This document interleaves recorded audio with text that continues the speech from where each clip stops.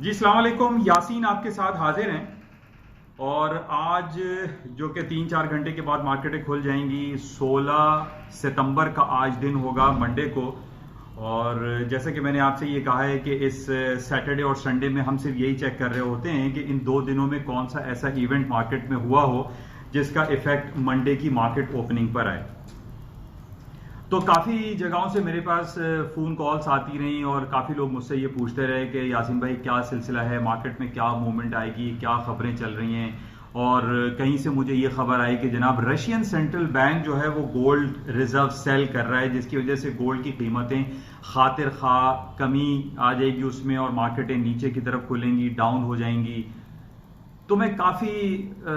Social media पे search करता रहा, कभी मैं फेसबुक पे गया तो कभी मैंने investing.com देखा, तो कुछ मैंने CNN की रिपोर्ट देखी, तो BBC वर्ल्ड की खबरें देखी, कुछ अंग्रेजी चैनल्स वगैरह सारे देखता रहा। कहीं पर भी मुझे, ब्लूमबर्ग भी मैंने चेक किया, कहीं मुझे ऐसी खबर नहीं दिखाई दी कि जहां पर यह लिखा हुआ हो कि जनाब Russian central bank is going to sell gold reserve. तो ये बहुत सारी खबरें देखें सोशल मीडिया पर इस तरीके से आती रहती हैं और लोग जो है वो एक दूसरे को मिस गाइड भी करते हैं कि जनाब वो फला बैंक जो है वो गोल्ड सेल करने के लिए जा रहा है तो मार्केटें डाउन हो जाएंगी, फॉल हो जाएंगी, गिर जाएंगी। हालांकि ऐसी कहीं खबर नहीं है। अच्छा, जैसे मैं गाहे बगाहे आपसे ये जिक्र करता रहता हूँ कि पूरी दुनिया में मेरे ख्याल में मैं काफ़ी लोगों ने मुझे इस बात पे इनकरेज किया था काफ़ी अर्से पहले भी कि यासीन भाई आप ये यूट्यूब चैनल के थ्रू या किसी तरीके से आप लोगों को उर्दू ज़बान जो सहल अंदाज में लोगों को समझ में आ जाए उस पर आप डिफाइन किया करें, क्योंकि अक्सर जगहों से मेरे पास जो कॉल आती है उसमें लोग यही कहते हैं कि यार वो खबर आई है CNN पे या BBC पे, वो अंग्रेजी में है, इसका थोड़ा तर्जुमा करके हमें बता दें। तो इस वजह से फिर मैंने सोचा कि क्यों ना ये यूट्यूब चैनल के थ्रू आपके साथ एक राब्ता कायम किया जाए और थोड़ा सा उर्दू सहल अंदाज में आपको ये बता दिया जाए कि व्हाट इज हैपनिंग, दुनिया में क्या हो रहा है और इन किन बेसिस पे मार्केट अप और डाउन हो सकती है। तो इसी हवाले से मैंने ये सिलसिला शुरू किया है और आपसे मैं कोशिश करता हूं कि राब्ता कायम करने की, और हफ्ता इतवार 2 दिन आपसे राब्ता नहीं होता तो ये संडे नाइट को हम, क्योंकि खास खबर अभी मुझे नजर आई तो मैंने कहा कि आपसे राब्ता कायम किया जाए और आपको आगाही फराम की जाए कुछ थोड़ी बहुत कि मार्केट किन लेवल्स पे खुल सकती है। तो सबसे इंपॉर्टेंट जो मेरे पास खबर दिखाई दे रही है जो कि एक तो पहली मैं आपको बता दूं कि गोल्ड की मार्केट जो कि 1490, काफी अरसे से मैं आपसे कह रहा था कि 1490 के नीचे गई तो मार्केट गिर जाएगी, डाउन हो जाएगी। हालांकि ठीक है, लेकिन जो मार्केट क्लोज हुई थी वो 1488 या 1490 आप बॉर्डर लाइन पे कह सकते हैं। तो बॉर्डर लाइन पे क्लोज होने का मतलब ये नहीं है कि मार्केट यहां से गिर जाएगी। मेरा मकसद कहने का ये था कि 1490 के नीचे अगर मार्केट क्लोज होती है, नीचे आ जाती है ड्रेस्टिकली, यानी 1480 पे बंद होती है, 1470 पे बंद होती है, तो मैं आपसे ये कहता कि 1490 का स्टॉप लगा के आप शॉर्ट सेल करें। लेकिन अभी मैं आपसे ये नहीं कह सकता कि मार्केट ड्रास्टिकली गिर जाएंगी, क्योंकि मेरे पास वो खबरें जो मैं ढूंढ रहा था कि रशियन सेंट्रल बैंक कहीं गोल्ड सेल कर रहा है वो भी कहीं अवेलेबल नहीं है। प्लीज इसको आप नोट कर लीजिएगा। अच्छा, दूसरी तरफ हम ये देख रहे हैं कि टाइम इज टिकिंग डाउन। 18 तारीख है, 3 दिन रह गए, 3 दिन बाकी हैं और अमेरिका का जो सेंट्रल बैंक है, फेडरल रिजर्व बैंक, वो अपना इंटरेस्ट रेट कट करने जा रहा है। यानी ट्रंप साहब तो ये कह रहे हैं कि 1% कम कर दो या 0 कर दो, तो अब ये बातें भी कर रहे हैं। तो हालांकि 0 तो नहीं होगा, क्योंकि हमें ये पता है तारीख के आईने में जब 9/11 का वाकया हुआ था आज से 18 साल कबल 2001 में, और 15 दिन के लिए अमेरिका की और पूरी दुनिया की करेंसी और स्टॉक मार्केटें बंद हो गई थी, दुनिया की तारीख बदल गई थी। तो उस वक्त भी जब एलन ग्रीनस्पैन वहां के फेडरल रिजर्व बैंक के चेयरमैन थे तो उन्होंने मार्केट ओपनिंग पे 50 basis point interest rate cut किया था। ये उस वक्त की बात है जब पूरी दुनिया तब्दील हो गई थी 9/11 के वाकये के बाद। तो अभी तो ऐसा कोई वाकया नहीं है, ऐसे कोई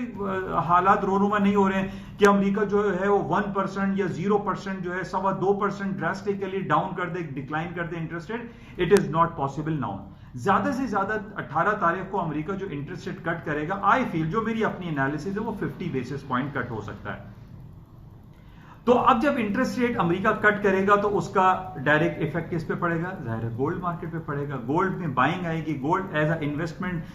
पोर्टफोलियो के तौर पे भी लोग यूज करते हैं और इन्वेस्टमेंट भी है, या लोग एक रिजर्व करते हैं कि गोल्ड की कीमतों में जो इंडिकेशन है, हमने हमेशा देखा कि गोल्ड की कीमतें ऊपर जाए। तो बहरहाल अभी जो हमारे पास जो डिफरेंट एनालिसिस है कि जनाब इंटरेस्ट रेट भी कट हो रहा है, और दूसरी तरफ जो सबसे इंपॉर्टेंट खबर जिसकी वजह से मैं ये अर्ली आपको स्पीच दे रहा हूं कि पूरी दुनिया में इस वक्त जो चर्चा हो रहा है वो सऊदी अरब की ऑयल रिफाइनरी, जो कि दुनिया की सबसे बड़ी ऑयल रिफाइनरी या जो प्रोसेसिंग यूनिट कहलाता है, जो अबीकैक प्लांट कहलाता है। हम सऊदी अरेबिया का अबीकैक प्लांट, उसके ऊपर अटैक हुआ है और ये कहा जाता है कि सऊदी अरब की 50% जो ऑयल सप्लाई है उसको अटैक किया गया है। सऊदी अरब के ऊपर अटैक होना, वहां की हालात का खराब होना, ये ऑयल मार्केट की खास तौर पे बहुत ज्यादा मूवमेंट आ सकती है। अभी से 3-4 घंटे के बाद जो ग्लोबेक्स मार्केट ओपन होगी, माइट पॉसिबल, बहुत ज्यादा कवी इम्कानात हैं कि ऑयल की मार्केटें $2 से $3 हायर साइड पे गैप से खुल सकती हैं, क्योंकि ये बहुत बड़ा एक शॉर्टफॉल होगा। क्योंकि जो रिपोर्ट्स में डिफरेंट पढ़ रहा हूं उसमें ये कहा जा रहा है कि 50% सऊदी अरब की प्रोडक्शन में डिस्टर्बेंस क्रिएट हो रही है और पूरी दुनिया की जो ओपेक एंड नॉन ओपेक जो कंट्रीज हैं उसमें 5%, मोर देन 5% जो है वो डिक्लाइन आ जाएगा, सप्लाई डिस्ट्रप्शन होगी, जिसकी वजह से तेल की कीमतें हायर साइड पे खुल सकती हैं। अब देखिए, मैं काफी अरसे से आपसे बयान कर रहा हूं कि जनाब सऊदी अरब और यमन के दरमियान जो तल्ख सिलसिले चल रहे हैं ये बहुत ज्यादा नेगेटिव है, ना सिर्फ ऑयल के लिए बल्कि गोल्ड, सिल्वर, प्रीशियस मेटल जो हैं इनके लिए बहुत ज्यादा नेगेटिव होता है। और जब ये नेगेटिव खबरें ज्यादा आती हैं तो गोल्ड की कीमतें में इजाफा होता है, ऑयल की कीमतों में इजाफा होता है, सिल्वर है, पैलेडियम है, प्लैटिनम है, ये सारी मार्केटें ऊपर की तरफ जा सकती हैं। इसमें हम जो द किंग ऑफ मेटल हम कहते हैं, जिसको हम गोल्ड कह सकते हैं, तो गोल्ड की कीमतें हायर साइड पे खुल सकती हैं। जिस तरीके से क्रूड ऑयल के प्राइसेस ऊपर खुल सकती है, क्योंकि बिकॉज ऑफ दिस डिसरप्शन, तो ऑयल गोल्ड की मार्केटें बिकॉज ऑफ ये पूरा रीजन जो है ना, आप देखिए कि सऊदी अरब या ईरान की तरफ से जो अटैक्स हो रहे हैं या हौसी कबाइल जो सऊदी अरब के जो इंस्टॉलेशंस पे, उनकी ऑयल रिफाइनरीज पे, ऑयल प्रोसेसिंग यूनिट पे जो ये अटैक्स कर रहे हैं, ये कोई आज नई बात नहीं है, ये पिछले महीनों से चल रहा है और 2011 से ये सिलसिला चल रहा है। जब वहां पे यमन के जो एक प्रेसिडेंट थे, उन्होंने मिस्टर हादी को, जो कि उनके डेप्यूटी थे, उनको अपना पावर ट्रांसफर की थी, ट्रांजिशन ऑफ पावर हुआ था। उसके बाद वहां से पे सिविल वॉर फूट पड़े और वहां पे सिविल वॉर पिछले 7-8 सालों से हो रहा है। और ये रिपोर्ट आ रही है कि पिछले 3 सालों में 10,000 यमनी लोग एक आम शहरी कत्ले आम हो चुके हैं और ये सिलसिला ना रुकने वाला दिखाई दे रहा है। मतलब इतनी टेंस सिचुएशन है। और ये जो अभी कैक प्लांट पे जो प्रोसेसिंग यूनिट पे अटैक हुआ है, जो कि सऊदी अरामको कंपनी का सबसे बड़ा प्रोसेसिंग प्लांट है, उस पर अटैक होने का मतलब यह है कि तेल की कीमतों में काफी इजाफा हो सकता है कल मार्केट ओपनिंग पे। और उसके अलावा इसी का अल्टीमेटली जो रिजल्ट आएगा वो गोल्ड की मार्केटों में तेजी आ जाएगी। गोल्ड का जो मैंने आपको 1490 का लेवल दिया हुआ है, मैं अभी तक फिलहाल कायम ही हूं इस पर। और प्लस 2 रीजन मैं आपको बता रहा हूं, एक तो अमेरिका के इंटरेस्ट रेट कट होने का जो सिलसिला 18 तारीख को, और प्लस ये जो अभी कैक प्लांट जो कि ऑयल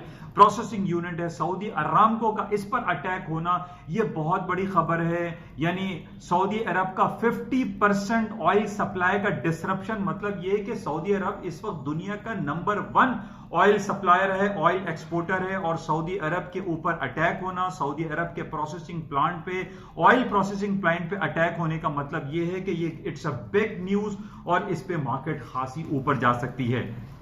और गोल्ड की मार्केटें भी हायर साइड पे जाएंगी।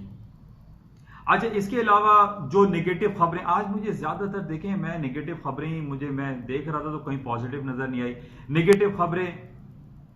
अमेरिका और यूएस और तालिबान का जो टॉक्स चल रही थी वो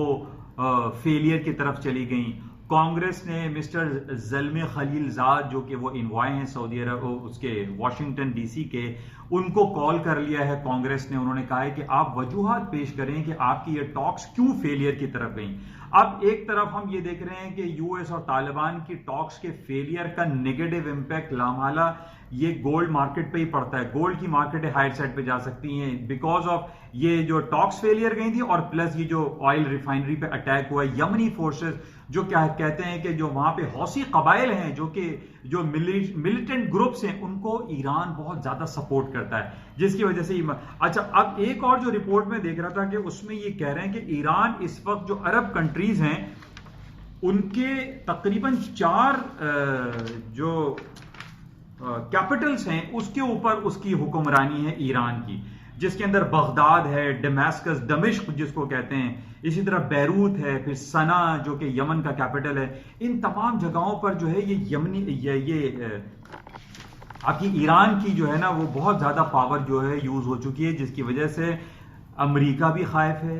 सऊदी अरब भी परेशान है कि ये किस तरीके से इसको हैंडल किया जाएगा। क्योंकि देखिए इसको हमें समझने की जरूरत है कि ईरान, हौसी कबाइल के पीछे ईरान है, इसी तरीके से लेबनान में जो हिजबुल्ला जो ग्रुप है उसके पीछे भी ईरान है, इसी तरीके से दमिश्क और ये बगदाद के पीछे भी उनको सपोर्ट ईरान की तरफ से मिलती है। और सबसे ज्यादा जो हौसी कबाइल हैं जो कि यमन में है उसमें यही कहा जा रहा है कि ईरान फुल बैक करता है और ईरान को बैक करता है रूस। अब ये देखिए यहां पर बज़ाहिर तो हमें हौसी कबाइल दिखाई दे रहे हैं, लेकिन इनके पीछे एक तरफ सऊदी अरब के पीछे अमेरिका है और ईरान के पीछे रूस है। तो बेसिकली ये हम ये नहीं कह सकते कि ये ईरान और सऊदी अरब की जंग है, ये बेसिकली रूस और अमेरिका की इनडायरेक्टली वॉर है। ये बिल्कुल वैसे ही वॉर है जिस तरीके से बैक इन 1970s में हमने देखा कि पाकिस्तान सपोर्ट करता था अफगानिस्तान को, और अफगानिस्तान के पीछे जो अटैक्स होते थे वो रूस रशियन फोर्सेस करती थी। तो बेसिकली इनडायरेक्टली जिसको हम ये कह सकते हैं, और ये बेसिकली जो इनडायरेक्टली नहीं है, जो डायरेक्टली नजर आ रहा है, that is known as a proxy war. तो प्रॉक्सी वॉर ये हमारी कहलाती, जिस तरीके से हम एक सैंडविच बने हुए कि जनाब अफगानिस्तान के हवाले से हमारी जंग नहीं है, लेकिन जंग में हमें बीच में घुसेड़ा हुआ है। तो इस तरीके से ये प्रॉक्सी वॉर में हम लोग जो बहुत सारे कंट्रीज हैं वो के इन्वॉल्व हैं। लेकिन बहरहाल इसको मुख्तसर करते हैं। अभी जो खबरें हमारे पास मौजूद हैं उसमें यही है कि जो अटैक हुआ है ऑयल रिफाइनरी पे जो सऊदी अरब की है, उसके अटैक होने की वजह से गोल्ड की और ऑयल की कीमतों में खातिर का इजाफा हो सकता है। अच्छा, स्टॉक मार्केट की जो खबरें हैं वो कोई इतनी खास डाउनफॉल तो मुझे नहीं दिखाई दे रहा है कि जो अभी S&P, Dow Jones, Nasdaq market खोलेगी तो वो डाउनफॉल पे हो जाएगी, क्योंकि जो हमारे पास डिफरेंट खबरें हैं कि यूएस चाइना की जो ट्रेड टॉक्स हो रही हैं उसमें काफी